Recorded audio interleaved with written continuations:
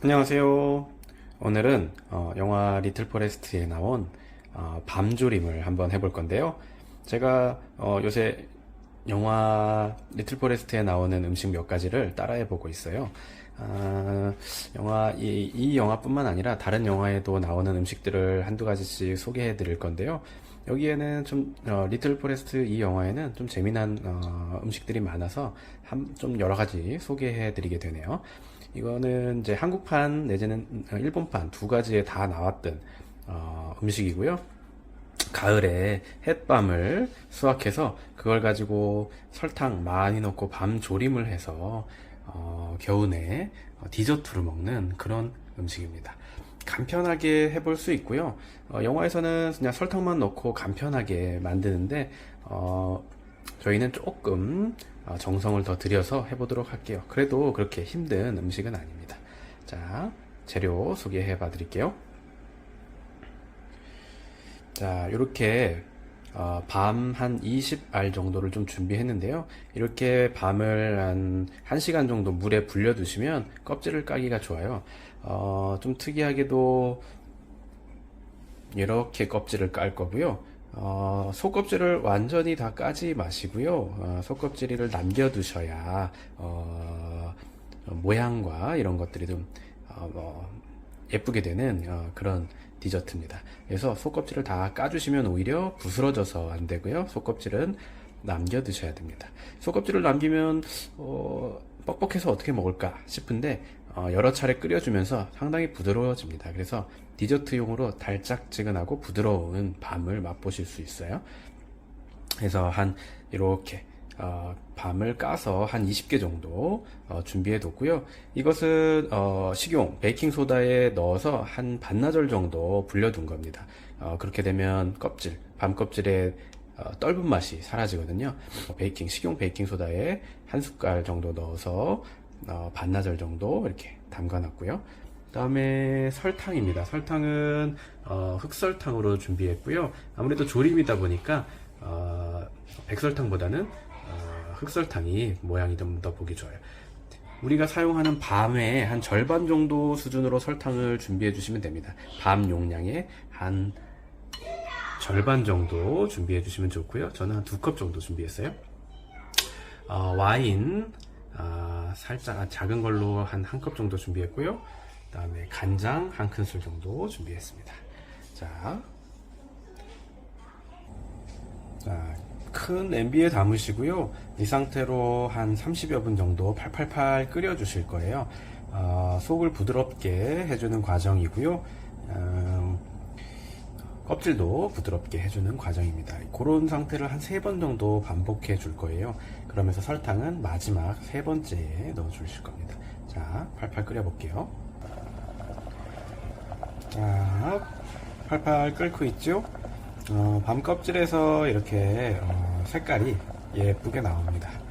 이 과정을 한 2번 정도 반복해 줄 거예요. 그러면서 밤도 익히고 껍질도 부드럽게 만드는 작업이거든요.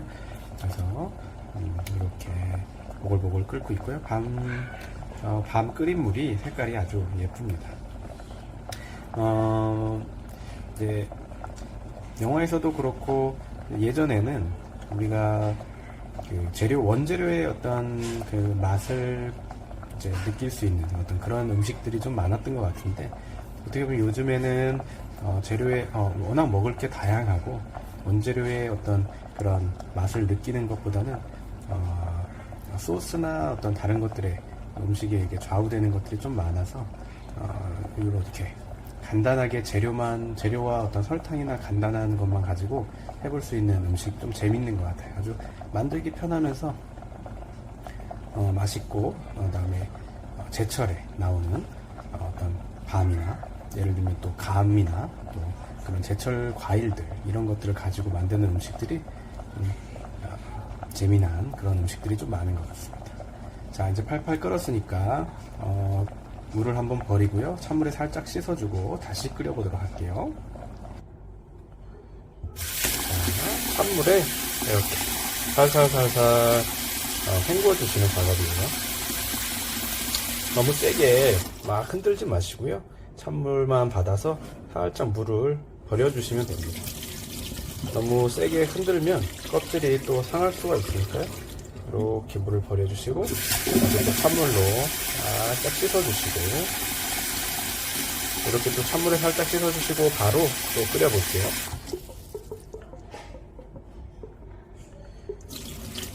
이런 과정들이 우리 껍질을 부드럽게 해주면서 먹기 좋게 만들어 주거든요. 자, 이렇게 해서 두 번째 끓이는 작업이 시작됐습니다. 끓이고 씻고를 반복하다가 마지막에 설탕만 부어주면 끝입니다.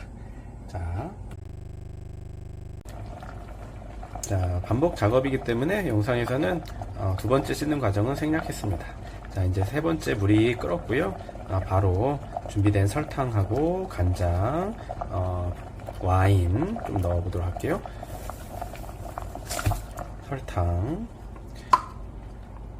설탕을 듬뿍 넣어야 됩니다.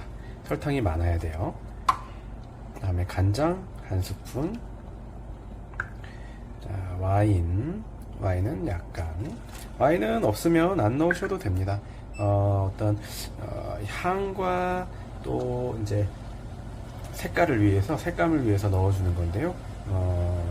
영화에서는 와인이나 뭐 럼주 뭐 이런 걸 넣어주는데 제일 중요한 건 설탕과 밤이고요.